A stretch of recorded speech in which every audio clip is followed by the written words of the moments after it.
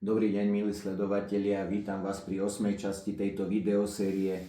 Ako som vám povedal už aj predtým, chcem sa venovať aj spätným reakciám alebo recenziám od iných ľudí, ktorí sa vyjadria na moju tvorbu. Nedávno to bol biskup Judák, ktorý slovami pochvály a podpory sa už vyjadril. Dnes som si našiel obálku z prezidentského paláca, lebo nedávno som zachytil, že vyhlasuje súťaž o prezidentskú pohľadnicu vianočnú, ktorá bude reprezentovať slovenský prezidentský palác a samotného prezidenta a čo v ňom, čo bolo obsahom.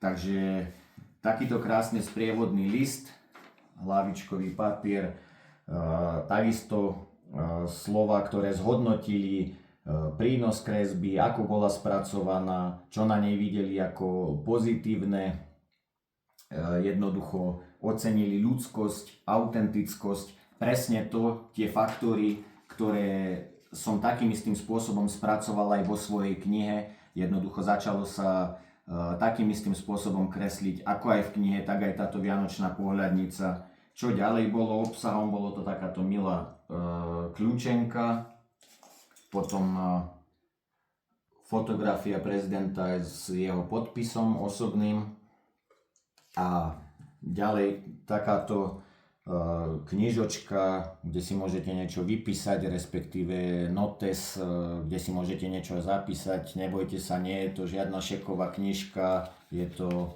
notes takýto, čo každý autor, spisovateľ potrebuje.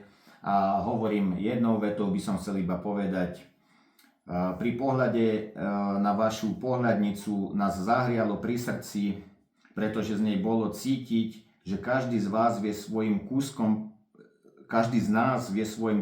prispieť k tomu, aby bol svet o niečo svetlejší.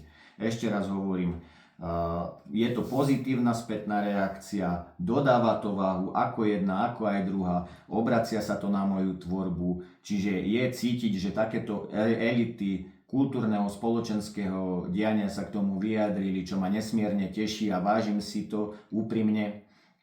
A hovorím, kniha je k dispozícii, máte možnosť si ju zakúpiť práve v tomto peknom vianočnom období a teším sa na ďalšie videá s vami. Ďakujem pekne, dovidenia.